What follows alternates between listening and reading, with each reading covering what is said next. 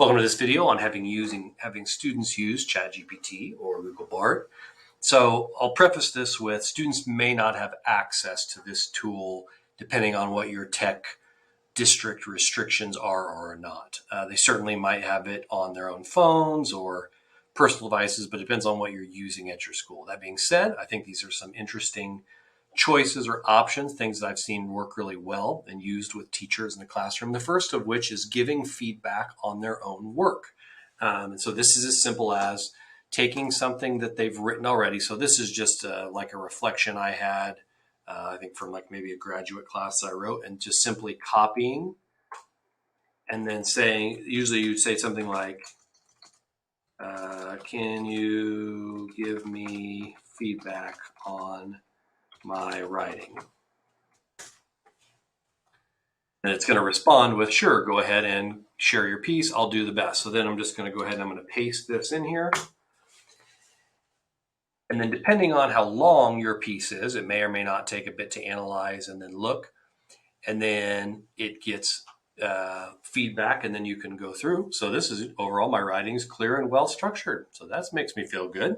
And then it goes down and it kind of mentions different things, visuals, considering the communication, maybe it would be beneficial. So it does provide pretty good feedback. And I have seen pieces where they aren't so well written, and it does provide pretty good constructive feedback. There's nothing that's really harmful for students in that way. So that's a really good way.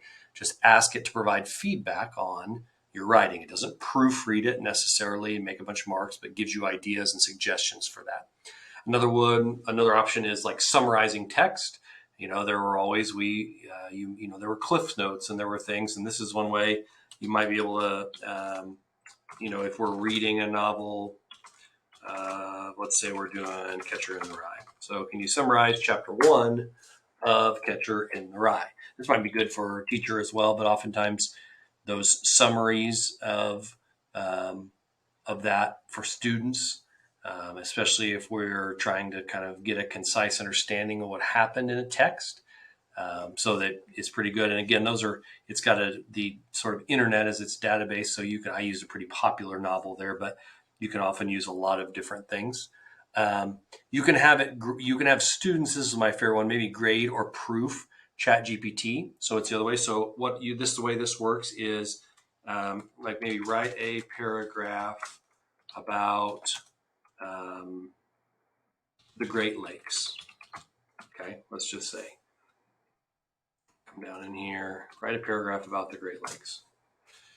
And then the goal of this activity is, once there is a paragraph written, then we would take and we would copy and paste, we would share this, and then students would do the proofreading. Effectively the opposite of what we did in the first suggestion was the feedback, having the students give feedback on this. Not necessarily, we're not looking for punctuation and those kinds of things because it's probably pretty decent.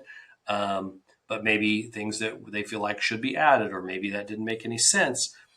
Maybe they're grading it like a teacher would. Sometimes when we look at it in our own context, we can't dismiss our bias out of that grading. And so having the practice of what are we doing, what kinds of things were really good that were included, maybe we could do without that or not. So I like that activity for students as well. And then one that's recently really been beneficial that I've helped with is having students look for future interest. So help me know what job I might be good at.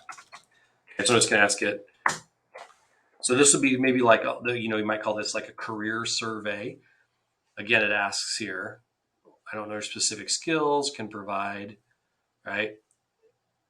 And then a lot of times it will ask you, this is things here. You might say, they could do things like, I'm good, I like the outdoors, math and science, traveling, and want to go to college. What jobs might fit me?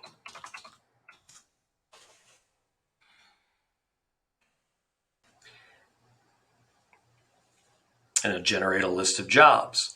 And so I know that there's lots of services like Zello and other things that we've probably done on these, but this is a really good way to input sort of skills or interests or things and maybe have it spit out things that you might be interested in. Then we do a deep dive into those. We keep expanding. So just some ideas for students and use besides what we maybe are all concerned about, which is cheating, but ways that are beneficial for students to use this tool in your classroom.